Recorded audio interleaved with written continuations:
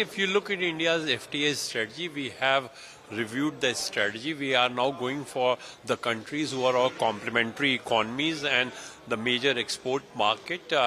We earlier had the FTA with UAE and then followed by Australia. We have already signed one with the EFTA, which is operational. We have now with the UK CETA, we have with Oman CEPA, and now with the New Zealand Free Trade Agreement. The objective is twofold. That A, we want to diversify and de-risk our exports. Advanced economies are not doing well. We have challenge in US at this point of time.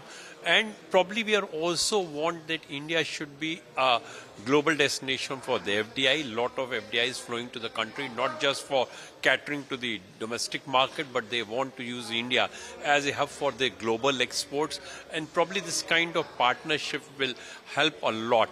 I'm pretty sure that in times to come, we will see many more FTA coming in. We are hoping that with the EU, either we will have the FTA or the early harvest by January, and if that happens, it will definitely to some extent offset the losses which we are making in the US market. But at the same time, I would like to compliment the exporter for their resilience despite such a high tariff. Somehow they are managing the market, continuing with the business, and that's a clear sign that once the BTA becomes operational, which we are expecting maybe by the early next year or maybe by second or third month of the 2026, we will be able to recover all these exports. But so far the export growth has been pretty exemplary looking into the headwinds in the global trade.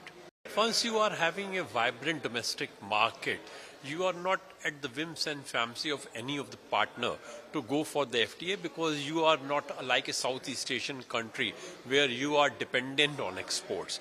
We have the option to go for export. We have a very, very good domestic market, and at times exporters can also switch into it.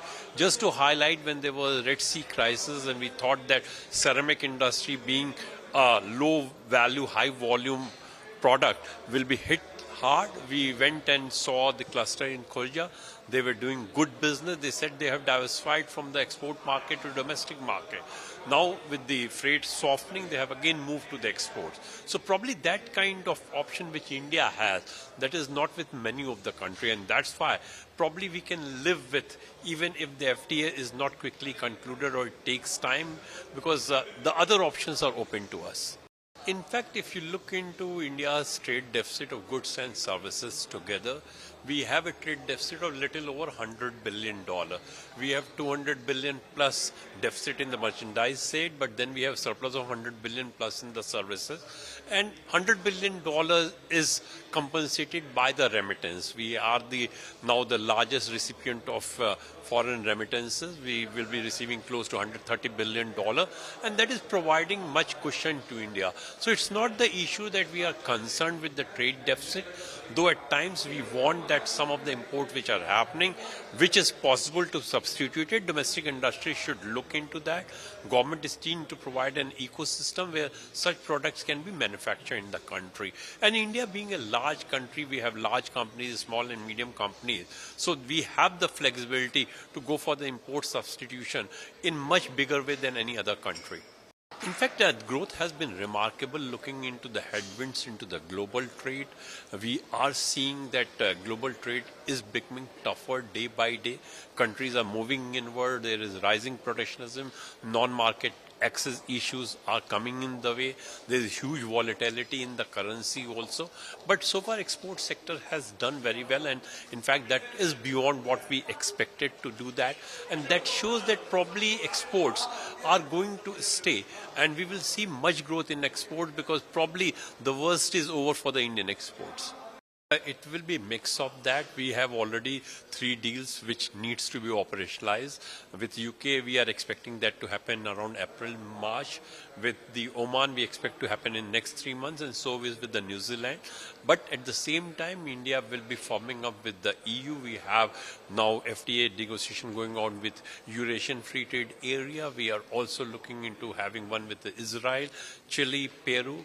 Qatar. So all these will also materialize. It will be a nice mix of implementation and going forward for the new FTA also.